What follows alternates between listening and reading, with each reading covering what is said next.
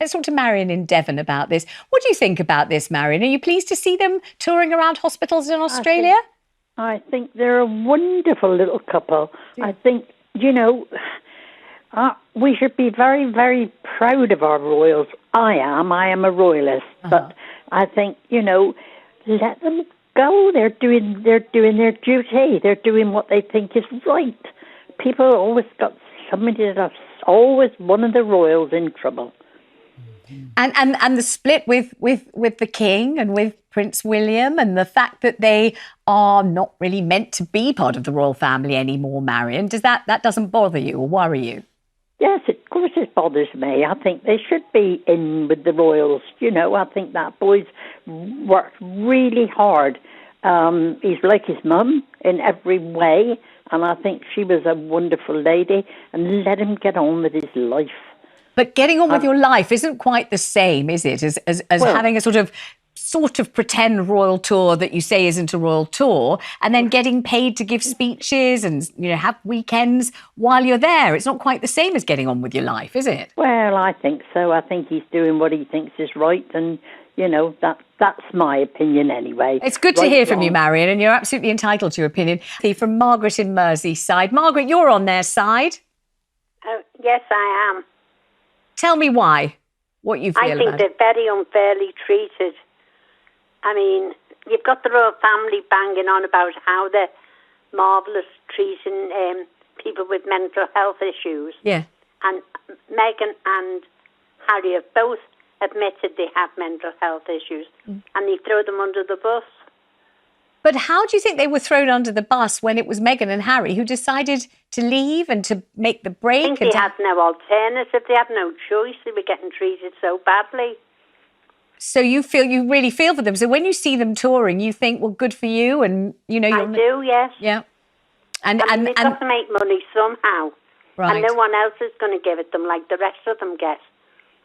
Okay, so you're absolutely with them. We're certainly not getting much criticism for them. If we're taking the temperature here, people are well behind them. It's interesting, let's not forget, it was the British media that drove them to the point of wanting to leave. When you just look at a montage of, there are a couple of specific papers, but when you look at a montage of their front pages, they were pretty much on those front pages 3 days a week, and it was remorselessly negative. I know that Daisy's going to say that's not the case, and that the media was very much behind them at the beginning. I'm very pleased to see Meghan at the beginning. At the beginning, they definitely were. But if you read Harry's book, and and if you hear what they say, their perception was 100% what David is saying. They perceived that they were being attacked. Well, I bought the papers and I read it, and my perception was exactly the same. It was there in print. And what Anna in Lancashire says, because you heard Daisy there say it's slightly grubby. I don't think you think that, Anna, do you?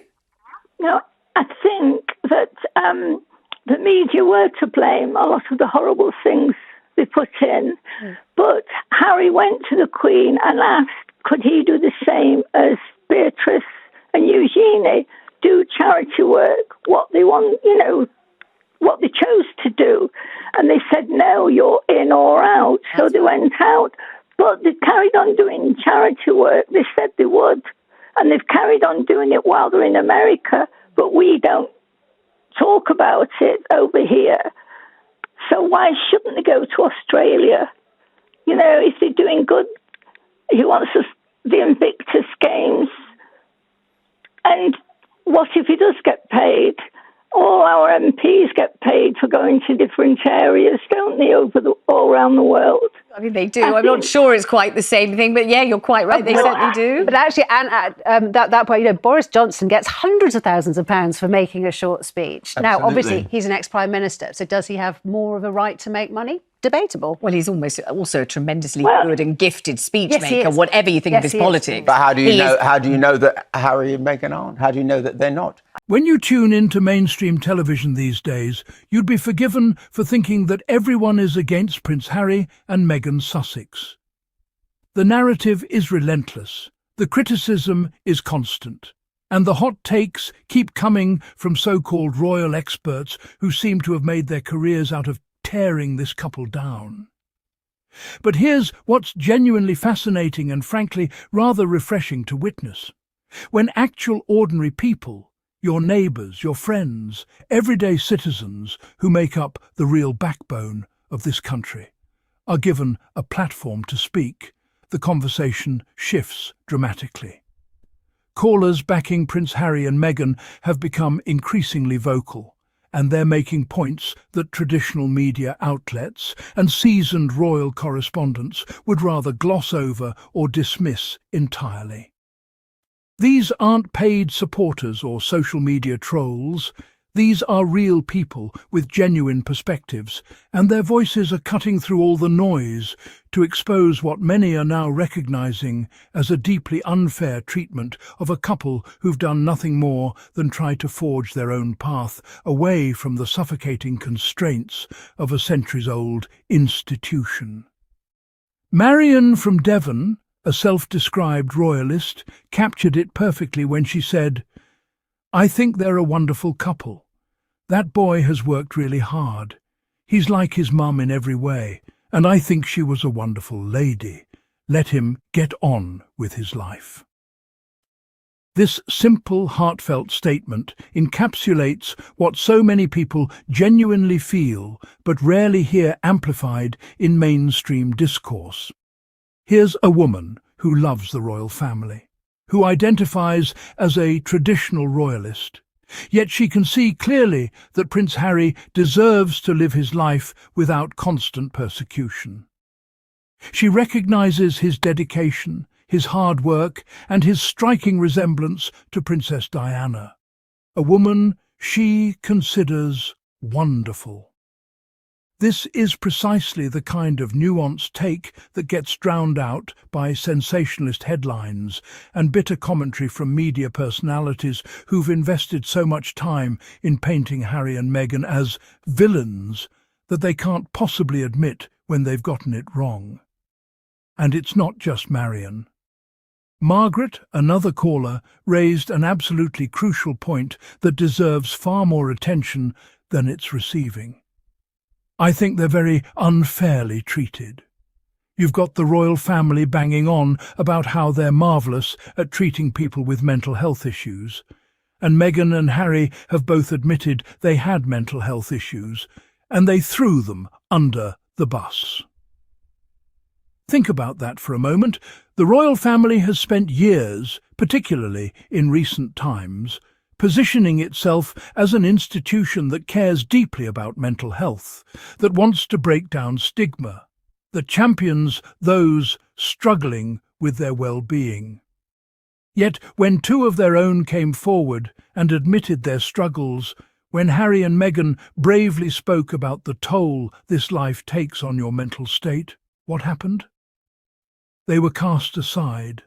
They were treated as problems to be managed, rather than family members deserving of support and compassion. The hypocrisy is staggering, and Margaret saw it crystal clear.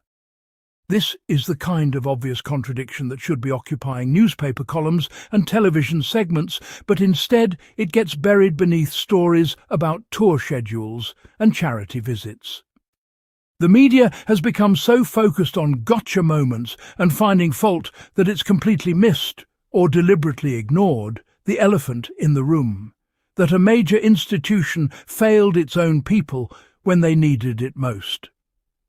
Then there's Anna from Lancashire, who brought a measured, logical perspective to the conversation that should resonate with anyone willing to think critically about this situation.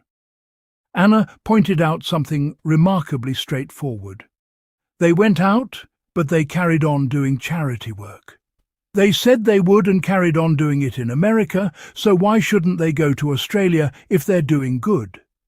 So what if he does get paid? All our MPs get paid for going to different areas. Now, here's someone articulating what should be obvious common sense, yet apparently it's controversial to suggest. Harry and Meghan have maintained their charitable commitments. They haven't abandoned the causes they care about just because they step back from official royal duties. They're doing good work, they're making appearances in support of organisations and people they believe in, and yes, shock of all shocks, they're being compensated for their time and effort. This shouldn't be scandalous. This is how the world works. People get paid for their expertise, their time, their presence, their ability to draw attention to causes. Boris Johnson makes hundreds of thousands of pounds for giving speeches, and nobody's writing think pieces about his moral character. MPs travel globally and receive compensation for their work. Yet, when Harry and Meghan do the exact same thing, work in service of charitable causes while receiving payment for their time, suddenly it's greedy, it's inauthentic, it's somehow offensive to the dignity of the crown. The double standard is breathtaking, and callers like Anna aren't having it anymore. They're asking the logical questions. If he's working with charities, if they're providing value, if they're doing tangible good, why shouldn't they be paid for it? What exactly is the problem here? The fundamental issue that keeps emerging from these caller testimonies is something that the mainstream media has become desperate to avoid discussing. They've been unfairly treating Prince Harry and Meghan for years, and ordinary people have noticed. They've noticed the relentless negativity, the constant criticism over minutiae, the way that every action, charitable or otherwise, gets filtered through a lens of suspicion and disdain. They have noticed that while the couple has moved forward, tried new ventures, maintained charitable work, and built a life in America away from the toxicity, the British media in particular has been unable to let go of its narrative. There's a reason why callers keep defending them, keep pushing back against the criticism. It's because when you step back from the noise, when you ignore the bylines of seasoned royal correspondents and the sound bites from television personalities who've built their careers on generating outrage, the truth becomes apparent. Harry and Meghan aren't villains. They're not grifters or attention seekers or ungrateful ingrates. They're a couple who asked for a different way of operating within the royal family, the kind of arrangement that other royals enjoy, the kind that would have allowed them to do charity work and other meaningful pursuits, while maintaining some distance from the relentless scrutiny. When that was denied to them, they made the difficult decision to leave. They didn't burn bridges out of spite. They left because they had to protect their mental health and their family's well-being. Every single caller who spoke up in their defence seemed to understand this fundamental reality, even if the professional commentators sitting in the studio wanted to twist themselves into knots to deny it. What's particularly striking about these caller testimonies is their authenticity and their fundamental decency. These aren't people who've been radicalised by social media echo chambers or who are defending Harry and Meghan out of some parasocial obsession. They're thoughtful individuals who can recognise that a couple deserves the space and grace to build their lives as they see fit. Marion, despite her traditional royalist leanings, can still say that Harry should be allowed to get on with his life. Margaret can point out the hypocrisy of an institution that claims to care about mental health, while punishing those who dare to be vulnerable. Anna can apply basic logic and fairness to an argument that's been deliberately obscured by selective reporting and biased commentary. These voices matter more than any number of think pieces or expert analysis, because they represent the actual sentiment of real people in real life. People who are tired of the unfair treatment, people who can see through the narrative, people who recognise that the media has been complicit in a campaign that's been genuinely unkind. The contrast between these callers and the professional commentators in the studio, who seemed determined to find fault no matter what, who seemed almost desperate to justify their previous criticisms even when confronted with evidence of good work and charitable commitment, is absolutely telling. It reveals the gulf between what media professionals want the story to be and what the actual story is. If you're watching this and you've been feeling like you're going crazy because the dominant narrative about Harry and Meghan doesn't align with your own sense of fairness and decency, you're not alone. You're in good company. The callers who spoke up in this segment represent a growing consensus. That the couple has been unfairly treated, that they're doing meaningful work, that they deserve to live their lives without constant persecution, and that the media, at least significant portions of it, has lost all objectivity in its coverage of them. This is refreshing, and it's important because it suggests that no matter how much the traditional media tries to shape the narrative, real people are still capable of thinking for themselves, of recognizing injustice when they see it, of standing up for what they believe is right, even when it goes against the grain of mainstream commentary. That capacity for independent thought, for fairness, for compassion. That's what gives hope that there's still a baseline level of decency in how people view these issues.